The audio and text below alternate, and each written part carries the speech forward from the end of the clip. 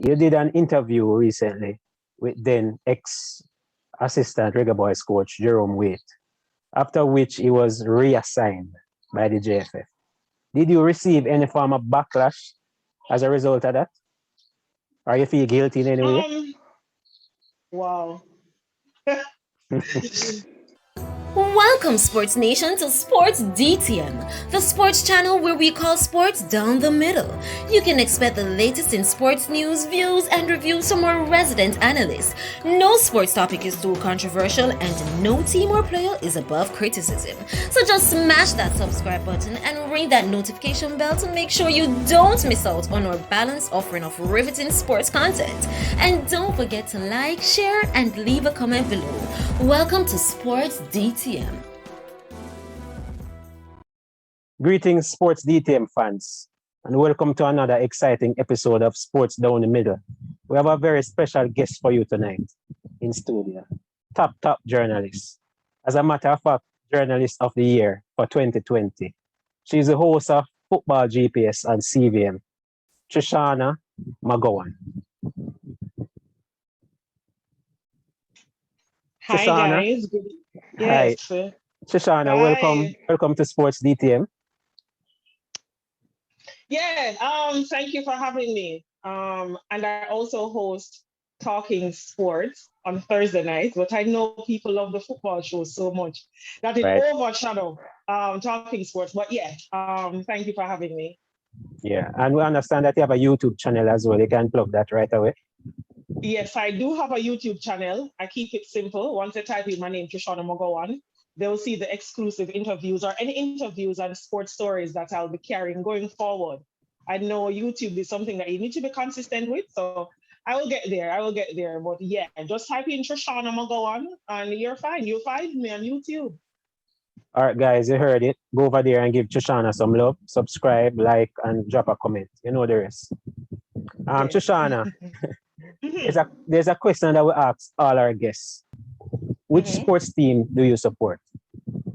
Well, had I gotten the memo, you told me everything else, right?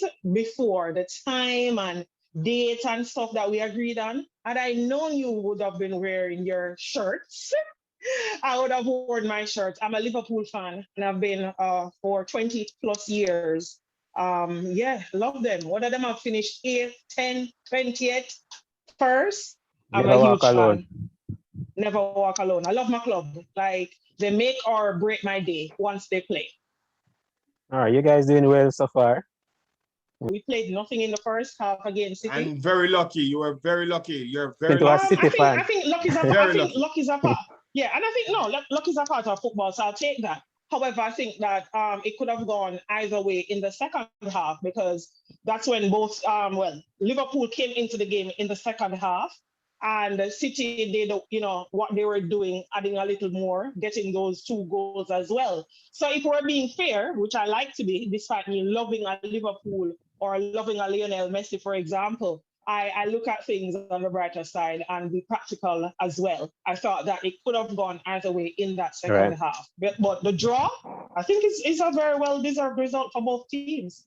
Yeah, man, I agree. Yeah. Tell us. I have no Liverpool shirt, just for your viewers. Trishana has a lot of just Liverpool in case. Shirts. Just in case, but I missed the memo, but that's fine. All of them know where it. Yes, that's red strong. Tell us about yourself growing up and how you got involved in sports. Wow, that's a loaded question. It is. But long and short of it, my mother, she's amazing. My father passed away when I was younger. But even before he passed away, at an earlier age, my mom would take my brother and I to sporting events, specifically the stadium, because she's a lover of sports. And my father liked football. She loved track and field. She loved sports, but she got anything. And she introduced me and my brother, like I said, by taking us to sporting events. Then my brother and I started, doing track and field in school. I played netball as well in school. I dabbled in everything. I love sports because, like I said, it was introduced to me, so it became a part of me.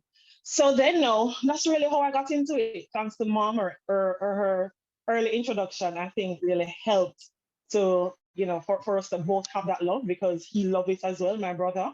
So yeah, So what is your favorite sport?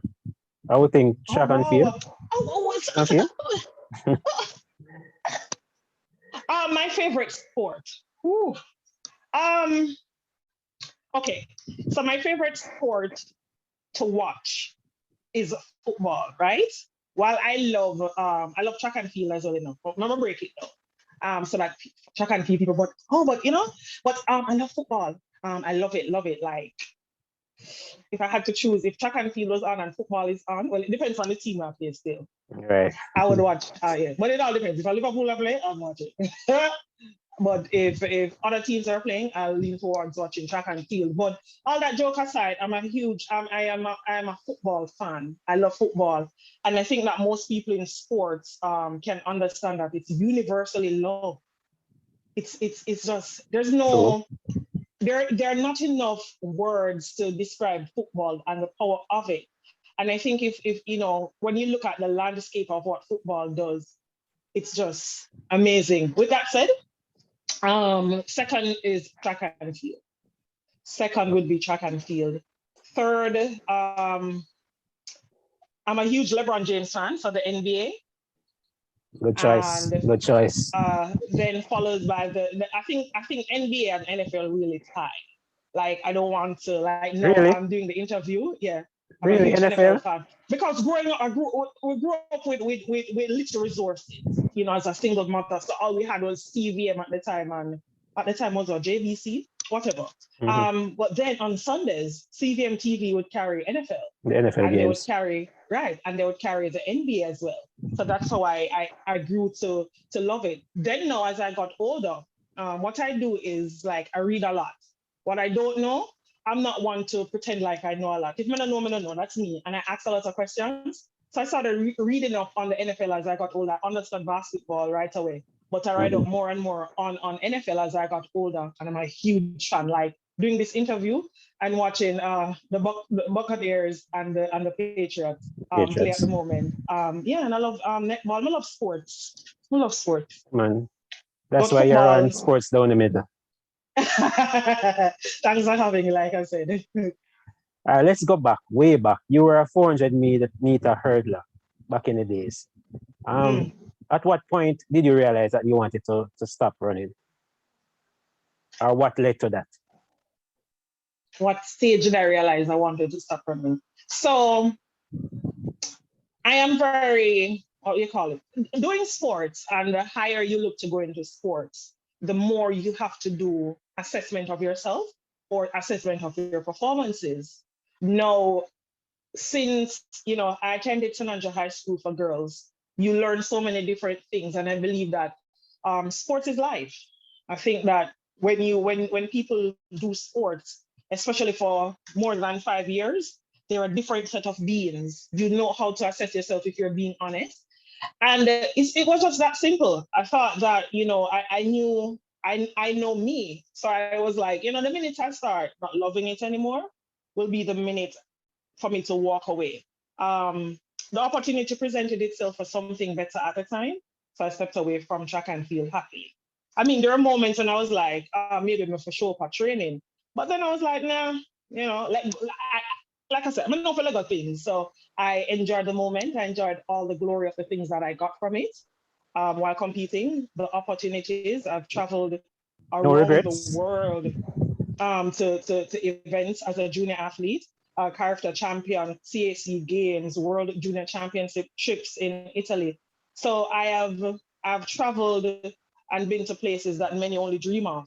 And I've been to multiple places because of doing track and field and 400-meter hurdles. So, I got a silver from it, 2004 at the ISA Boys and Girls Championships. And like I said, I'm not one to, people like, I was asked recently in an interview if I had any regrets or I felt like I failed. And because I didn't maybe go to the World Championships or the Olympic Games. Yeah. And the thing is for me, no. I think that, people, especially nowadays, when you look at because of social media, you can become easily caught up with what didn't work or what you did not achieve versus what you have and what you have achieved from maybe what that aspect of your life provided. And I've made peace with that long ago, the minute I walked away, because I knew even in sports, not everyone is going to make it. I entered high school with some of the greatest names, and they faltered by the wayside. They didn't have, they don't maybe have a successful high school ending career or whatever it is. So, like I said, from an early stage, you understand in sports that you won't always achieve what you want for various reasons. Well said. You're the second woman ever to be named Sports Journalist of the Year by the Press Association of Jamaica. How does that feel? That big up award. Karen Madden. Okay, so big up Karen Madden, my sister, my friend. She was the first back in 2019. I'm still so sad that I wasn't here for that. But I was off the island. The US government had sent for me to do some stuff with sports journalism. But how does that make me feel?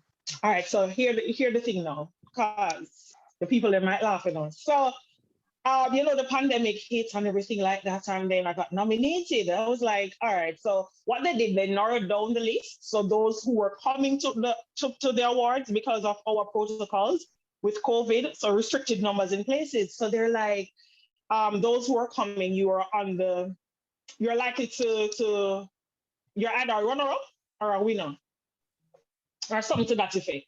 Nice. So I was like, okay, let's have a go. I was really happy though that I was considered, I was nominated. For me, that's a win. For me, that's a massive win. A nomination. The win was just like icing on the cake. So I say, no, knowing me, I say, no matter what, I have to look good, just in case, I never know. So I fixed up myself and I went. I did not expect to win the overall award. What I thought I would have won was I got nominated in the featured section. I was the only sports journalist in that section. All other nominees were news people. So I was like, yeah, but I was like, the guy even that won that category, I was like, yeah, man, I think he might go win because it was with that lady and her kids not getting needing help. And I love the story. So I was like, but I'm still optimistic that I could maybe win. So when that award started, right, when the award show started, they started with that category and they called his name, he won. So I was like, Karen was seated in front of me. Someone touched Karen on her shoulder. I said, Karen, what is the next award category for sports? She said, Sports Journalist of the Year. Someone said, okay. So I saw Jordan, who was fourth, who was also nominated, and other colleagues who were nominated as well. So I really didn't know. When they said my name, I was like, wow, like, yeah. And I think, with Karen winning the year before, it was just like happy to know that, I've done enough and they appreciate my stories among the other people nominated. And I was the overall winner. So yeah. Yeah. I was, it's still. You can brag a little bit. No, I think, like I said, you can still rather. Goosebumps. I don't know. It still haven't like registered. You know what I mean? Okay. No, makes sense. Like every now and then, in hit you. When you see the little trophy, you probably say, "Oh wow." Yeah, I won. But the thing is, I keep it now on the front screen of my phone as a means of motivation for different reasons. And nice. Yeah, like I said, I'm happy about it. I'm happy that, whenever your work is recognized, you can't, whether you're brag or not, it's good when your work is recognized. So that's all it was for me. Yeah. Yes. Right. Hard work paid off. In journalism, who you look up to? Who would you say is a role model? In journalism. Sports journalism. Who do I look up to? Okay, sports journalist? Yeah. Okay, so I'm a huge fan of diversity. You mean locally? Do I have to keep it locally only? No, you don't. Stick to names that we know. Okay. All right. So I'm a huge fan of, right off the bat, I'm just going to go with one to avoid next thing you hear pecking order and people get stressed out. So I'm a huge fan of Spencer Darlington. He can call football, horse racing, netball. He's brilliant. Boxing. He has stepped in and when we had that contender series. I love his diversity. his knowledge. And, you know, as a former Dex partner of Spencer Darlington, what people don't know is he will know the thing, but he doesn't rely on just here for the knowledge of things that he remembers. He reads, you will call and say, you know, how is this? You know, just to make sure that the information that he has on paper is the same thing. So for that reason, his range for me is remarkable. Like I said, he can call track and field, boxing, horse racing, football, and which other sport did it? Just might be able to call it. So his range from me and his memory. Oh my God. So I'll go with Spencer Darlington. Yeah, man, and he did a wonderful job in Tokyo. Really great. Oh God, job. with the interviews, right? Yeah, right, that's my friend. Right. Oh, my friend, Spency. Yeah, man. But there are others. Like I said, in no particular order, because it's a tough field for us. And when I went away in 2019 and I came back, I had greater appreciation for Jamaican sports journalists, because when I was overseas and I watched how what people sometimes don't know, what they don't understand about media, sports is unique. And I tell people that we're the greatest, but that's a different story. Because in America, you have a journalist that is covering specifically NFL when there's NFL season. You have specific people covering NBA when it's NBA season, track and field season, hockey season, whatever it is. There are specific reporters for that. In Jamaica and even the Caribbean, we don't have that. One person, we have to know everything. And information is not at our fingertip like that on the internet, where you can Google something and have statistics. So for me, I had greater appreciation, like I said, following the trip that I did in 2019, because I have to know football, track and field, netball. In America and other countries, you know football, so when football season, they're calling on you. A lot of the bulk of the work you carry, even if I am helping, and vice versa. So like I said, for our reporters here, sports journalists here, I applaud them. All right. Best and worst thing about being in the media? Best and worst. Whoa. Best and worst. Best and worst. Okay, worst thing about being in the media, people think they make enough money.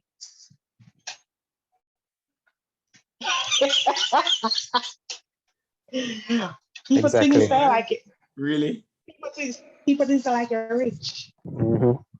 Yeah, and they see on YouTube and think this is a digital media. Upon TV. Yeah. They're down the middle fans. It's a lie. But no, for me that's I don't want to say the worst. But it's I think because you are, you know, it's just the notion or in their head they have that. So I think and it's the same with persons on the radio. I don't want to call it worse, like I said, but you know what I mean. Yeah, man. Once you're out there, people think that. Once media overall. Yeah, exactly. And then the best thing for me, I can only speak about myself. The opportunity to interview athletes, coaches, telling those stories. Yeah. When I did the feature which I spoke about that I was nominated for, I went out to the Eastern parishes, Portland, St. Thomas, and St. Mary, and I did feature on the schools as to what's causing them to not be competitive among the other regions and so on and so forth. Why are they left behind? And after I left one school in particular, and I got home that night,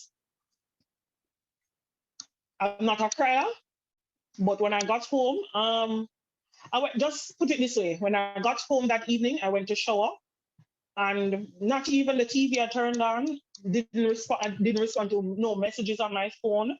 I remember saying to my mom, like, it breaks my heart that those schools or athletes who are not appreciative, because what I saw, you know, at that school in the East was just, So for me, the best part about it is telling the stories, whether the highs or the lows.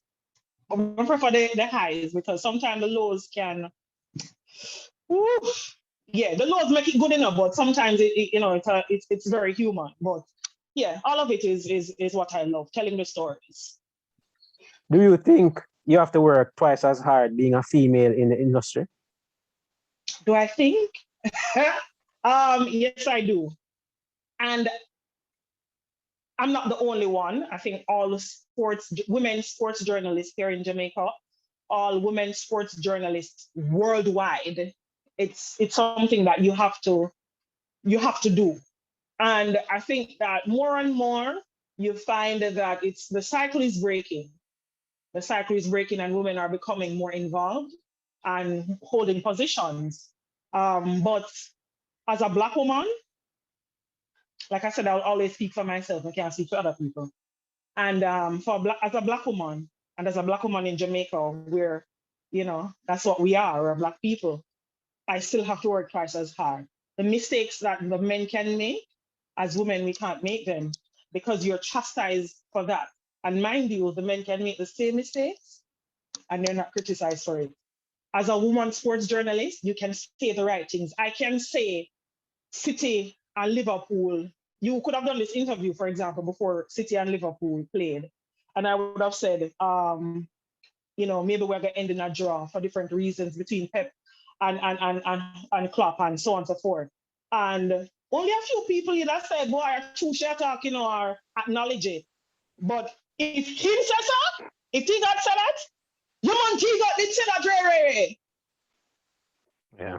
Even when you say the right things, you're not applauded for it. Which is fine because you don't get paid by the number of applause you get. However, I'm just saying that's some of the things that women have to deal with, especially here in Jamaica. They're harsh, but it keeps you on your toes. It keeps you competitive. For me personally, it keeps me working hard. It keeps me motivated to keep getting better. And it's never to compete against the men. It's for me to get better as a sports journalist overall. Because I don't see myself having to compete with any other sports journalist, whether man or woman. I just always want to be better than Trishana that started years ago. Yeah, beautiful. Beautiful. Eddie, can I ask you something? Yeah. McGowan, you think it's because of the type? You think it's because of the type of sports you are asked about? If you're asked about a male sport different from a female sport, they take that perspective.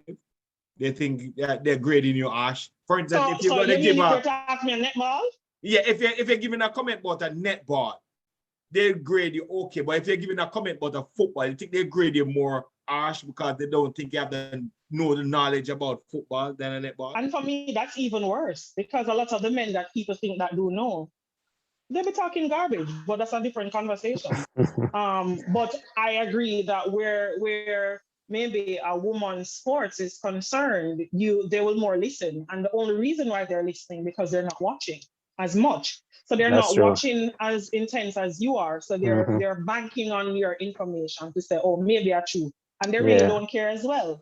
However, with football, for example, again, there are a lot of men out there, whether those in sports journalism or just whether on social media through their keyboard, enough time they get it wrong. Enough time they make a bad pronunciation. Enough time them ask stupid questions. Yeah. But a lot of times their analysis is way off.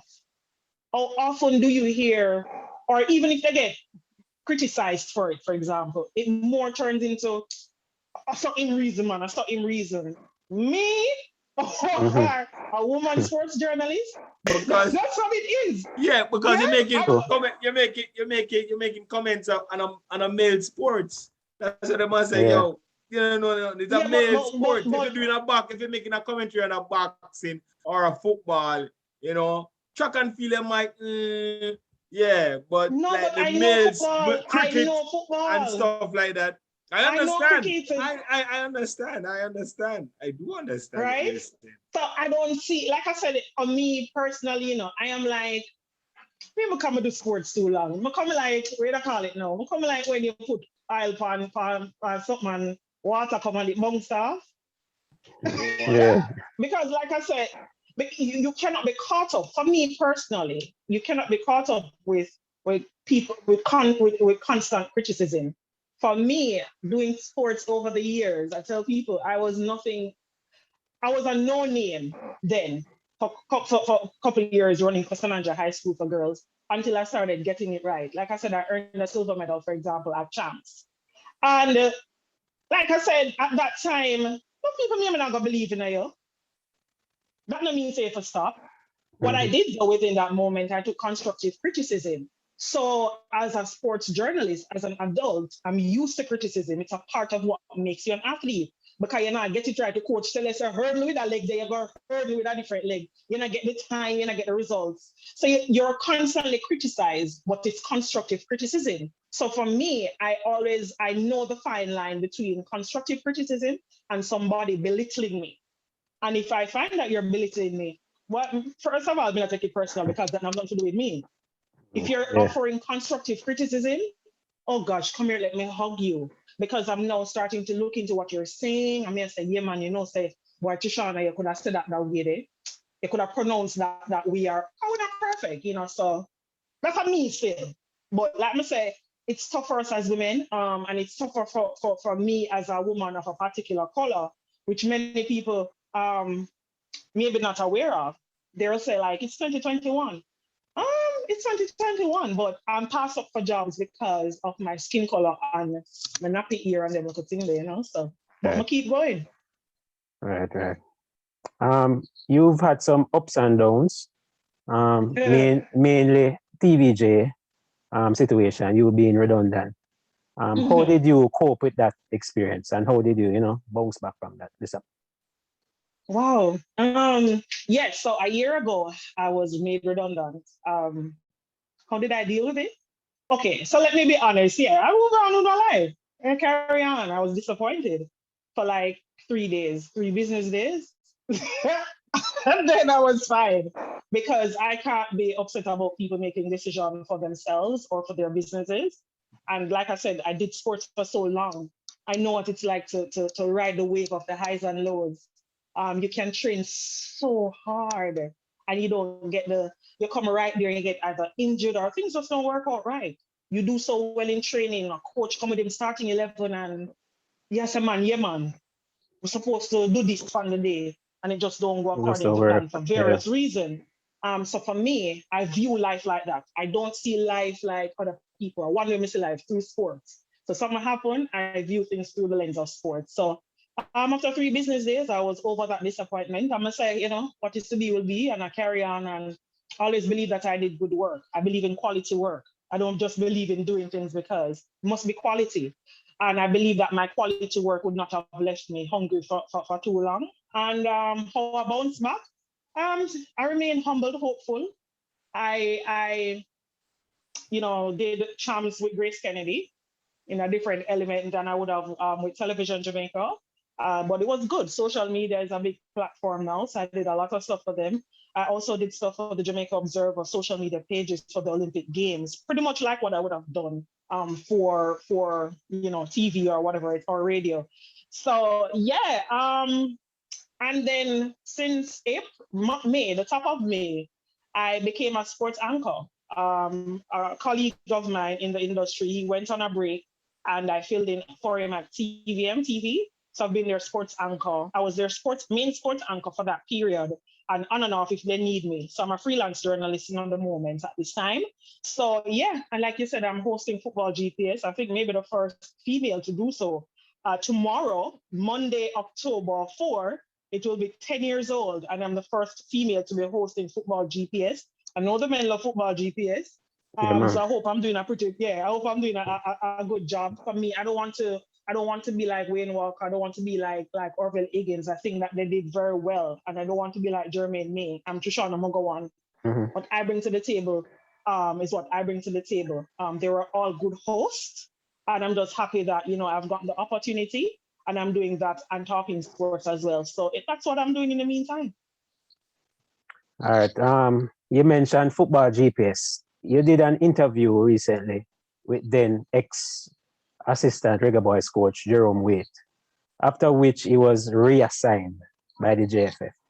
Did you receive any form of backlash as a result of that? Or you feel guilty in any way? Wow.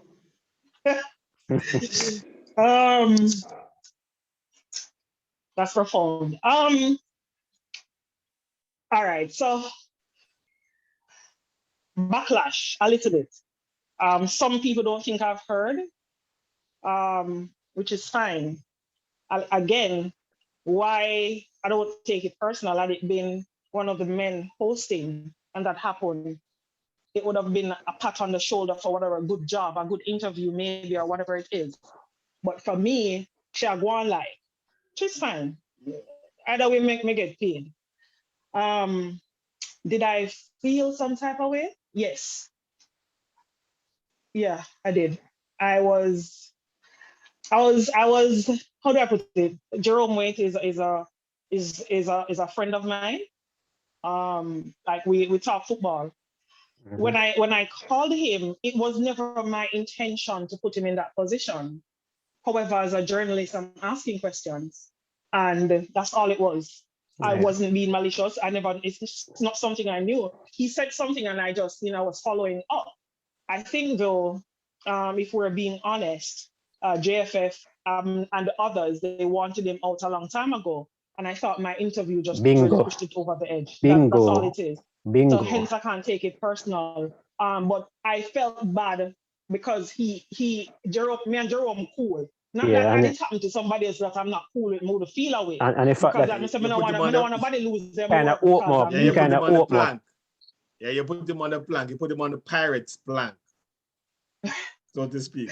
And But you JFS ask, just you put ask the JFS questions just that, push that him had to off. be asked. You ask the questions that had to be asked. Yeah, exactly. And like I said, had it been a man asking those questions and he responded that way, we would have had a different reaction. But as a woman, like I said, she a go on life, which I can live with.